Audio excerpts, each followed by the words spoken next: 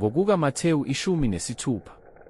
AbaFarisi nabaSadusi beza bemlinga bacela kuye ukuba ababonise isibonakaliso esivela ezulwini.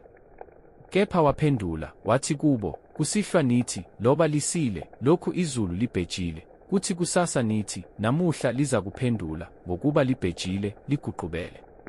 Kanti ukuma kwezulu niyakwazi ukukuchaza, kepha izibonakaliso zezikhathi aniziqondi na. Isizukulwane esibi nesiphingayo sifuna isibonakaliso, kepha asiyikunikwa sibonakaliso, kuphela isibonakaliso sikaJona umprofethi. Wabashiya, wamuka.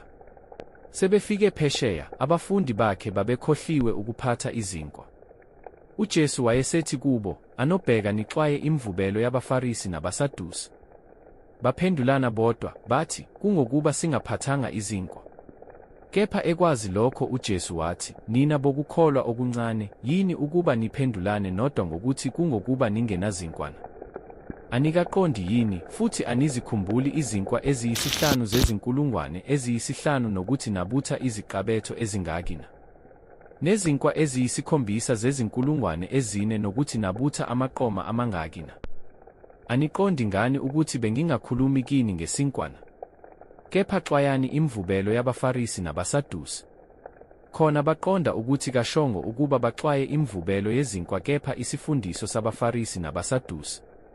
UJesu esefikile emaphandleni aseKesariya Filipi wababuza abafundi bakhe, wathi, abantu basho ukuthi indodana yomuntu ingubani? Bathi, abanye basho uJohane uMbhaphathizi, abanye basho u-Eliya, abanye basho uJeremiya noma omunye wabaprofethi. Wathi kubo, nina-ke nithi ngingubani na? USimoni Petru waphendula wathi, wena unguKristu, indodana kaNkulunkulu ophilayo. UJesu waphendula, wathi kuye, ubusisiwe wena Simoni kaJona, ngokuba inyama negazi akukwambulelanga lokhu kodwa uBaba osezulwini. Nami-ke ngithi kuwe, wena unguPetru, phezu kwaleli dwala ngiyakulakha ibandla lami, amasango eHadese awayikulahlula. Ngiyakukunika izihluthulelo zombuso wezulu. Oyakukubopha emhlabeni koba kuboshiwe nasezulwini, nalokho oyakukukhulula emhlabeni koba kukhululiwe nasezulwini. Khona wabayala abafundi ukuba bangatsheli muntu ukuthi nguye onguKristu.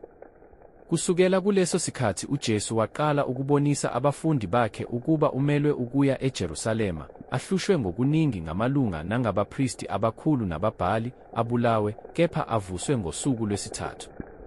UPetru wayesemthatha, waqala ukumkhuza, wathi, Musa, Nkosi, lokho akusoze kwenziwa kuwe. Yena waphenduka, wathi kuPetru, buyela emva kwami, Sathane, uyisikhubekiso kimi, ngokuba awuqondi okukaNkulunkulu kepha okwabantu. Khona uJesu wathi kubafundi bakhe, uma umuntu ethanda ukuza emva kwami, makazidele, athabathe isiphambano sakhe, angilandele.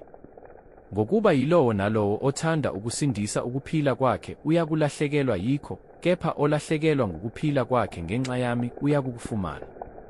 Ngokuba kuyakumsizani umuntu uma ezuza izwe lonke, onakalelwe ukuphila kwakhe na?